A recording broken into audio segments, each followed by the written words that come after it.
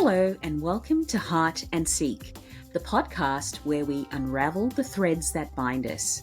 With curious minds and open hearts, we dive into personal stories, shared experiences, and the intricate connections that shape our lives. I'm your host, Chanda, and together we'll explore what it means to be human across borders, beliefs, and backgrounds. Welcome to episode 3 of Heart and Seek. If you're joining me for the first time, thank you. And if you're returning, I hope you've enjoyed the first couple of episodes. Please keep coming back. If you haven't already, be sure to follow me and turn the notification bell on. I'll drop a new episode every Monday.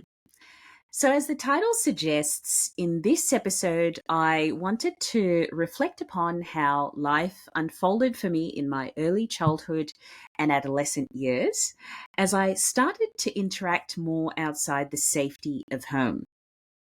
I would be forced into the arena where the lessons I was learning at home would be put to the test. Slowly, as I progressed through primary school, my awareness of difference began to surface.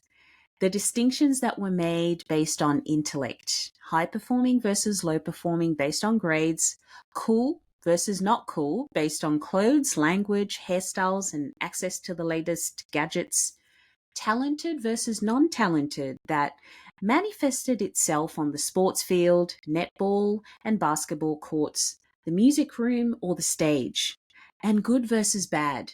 Students who had the misfortune of finding themselves on punishment in the principal's office versus those that held the teacher's gaze and interest with their charm and smarts, securing validation through compliance with all the rules. I didn't always display the seeming natural ability that others did when it came to hard subjects like maths and science. I needed extra tuition outside of the classroom. On the other hand, history and the stories of people and past civilizations, art and culture, music and language held my interest with their color and vibrance. I loved to have a chat, I still do, and connect, and thrived on the sports field in athletics or on stage in plays. Both in primary school and later high school, I enjoyed putting on a character to make others laugh. A deep inner joy and the ability to find humor in most of life's circumstances has been the favorite of all the gifts I've been given, and one that has served me well through life. However, success meant good grades and a quickness to grasp concepts at the pace of the class around me in subjects I sometimes found difficult.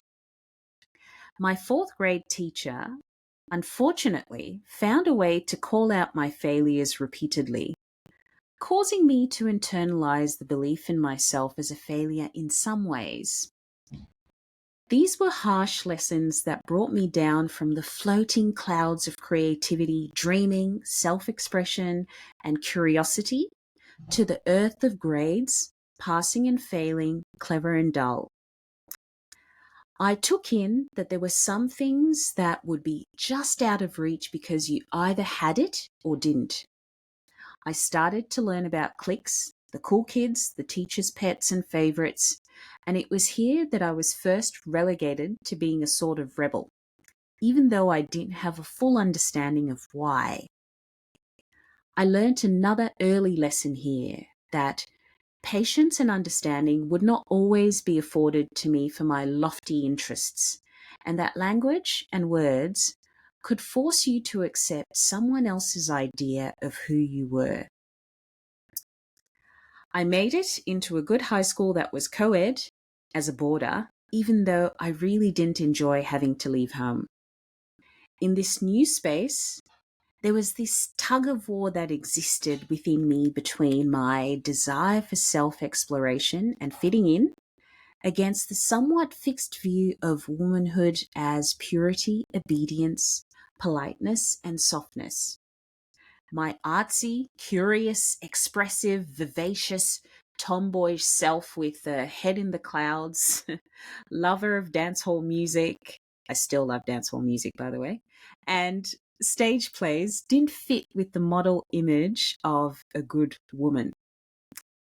It was here that I was starting to learn about standards of beauty and physical attraction that fell outside of the platonic love I had for my brothers, cousins, and family friends, beyond what I knew or understood, because chemistry and intimacy was reserved for married people and was mostly a taboo topic at home.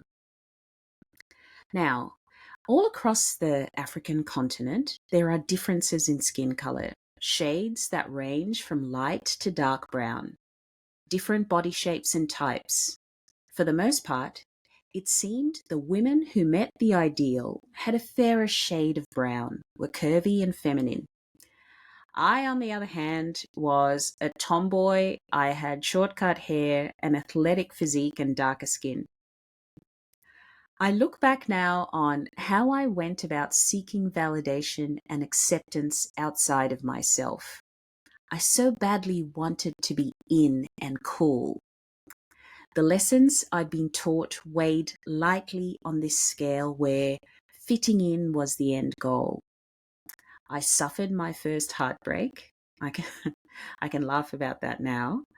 Learned the fickleness of friendships, the labels we can attach to people when we know nothing about their inner pain or struggles, and the painful consequences of stepping outside of integrity and boundaries.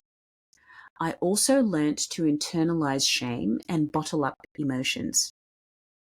I adopted two faces, wearing the smile of perfection so I could appease the rule-based world I inhabited on the one side, and before I entered my other world, disposed of the good girl persona. These were two sides in direct conflict with one another, with the real me becoming blurry and lost somewhere in the middle.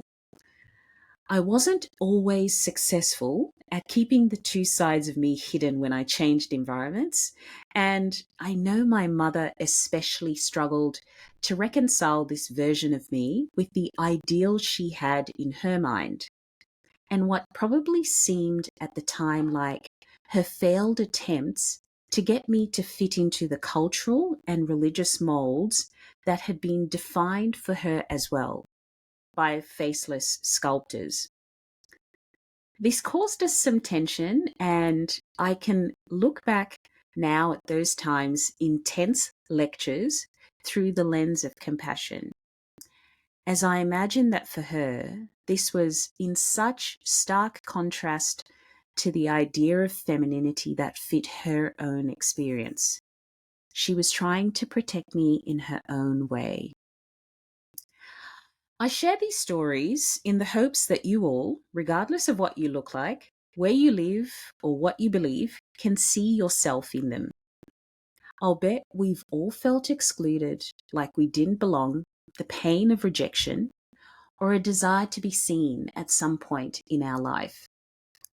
These are some of the common threads that we fail to, or sometimes refuse to see when we other our fellow humans. I believe that at our core, we all want to feel seen for all of who we are, being validated and accepted, flaws and all. Pain is pain, fear is fear, and love is love. The degrees may vary, but we all know what they feel like. It's crazy looking back now at the stories and false truths I absorbed about myself, what lies I believed. On occasion, I've opened the closet where some of my early experiences are stored, and while there are moments where I still cringe, I've learnt to embrace my younger self and look back on her with compassion. I've given her many hugs to let her know I see her.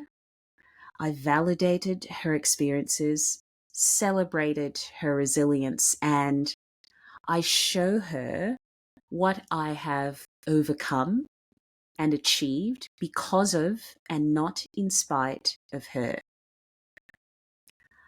I wonder how you feel when you think back to those times in primary and high school, navigating adolescence especially. Is there anything in your closet that makes you cringe?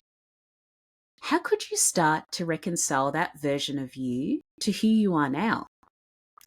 Do you still feel so ashamed about certain experiences that you pack them away in a box, put a bow on it, and hid it in the closet?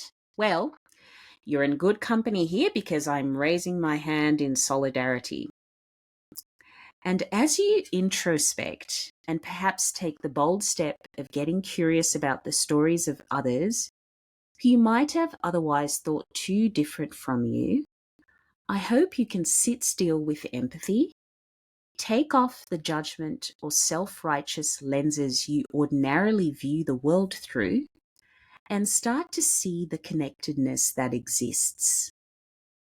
If we all take that one little step of courage and lean in, we might just get a little bit closer to bridging some gaps.